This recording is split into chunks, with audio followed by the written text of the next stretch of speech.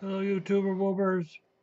So here's a chart that I'm looking at off a technical bulletin that's been put out for all of these solar boost type of inverters.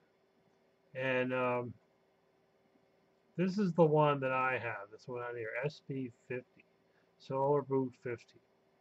You can switch it between 12 and 24, and I'm using 24.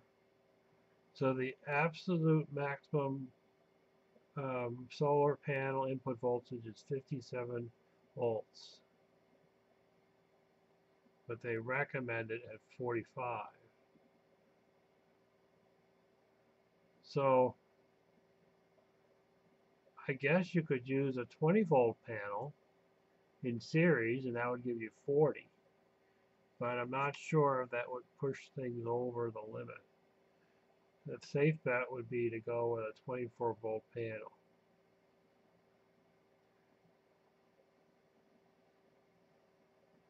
So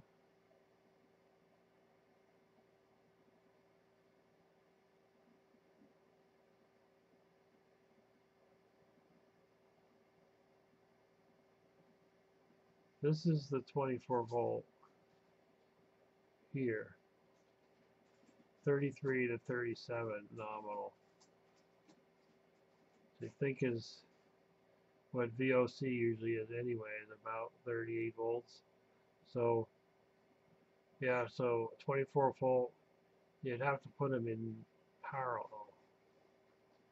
Now there was another chart here. Here's another chart.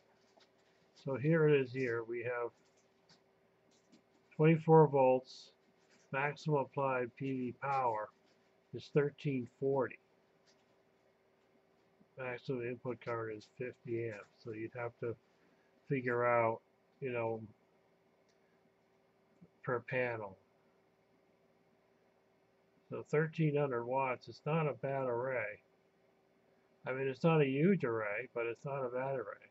The only thing about this setup is, and I guess if I did a system anyway, what would be this way, is that these are all hooked up in parallel. So if you've got 50 amps coming over from a panel array, then that means you're probably going to want to have 8 gauge wire coming over, not the usual 10 gauge that we tend to use for most of our systems. So you bring all your panels down into a junction box, a commenting box, and combiner box, and then you would come out of the combiner box with an 8 gauge um, low voltage wire, welding wire, battery wire, something wire like that. And then I was just looking at one on Amazon that was an extension cord, 50 amp, but it has the multi wire in it, stranded. Um, so that might actually work. So 24 volt panel, circuit 40 amps for the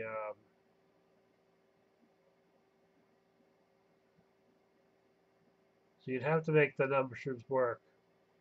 Once I pick out a panel, I have to figure out, you know, I'm not going over these values.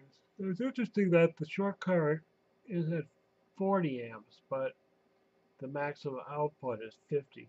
But that might be because of the bump up that the MPP does.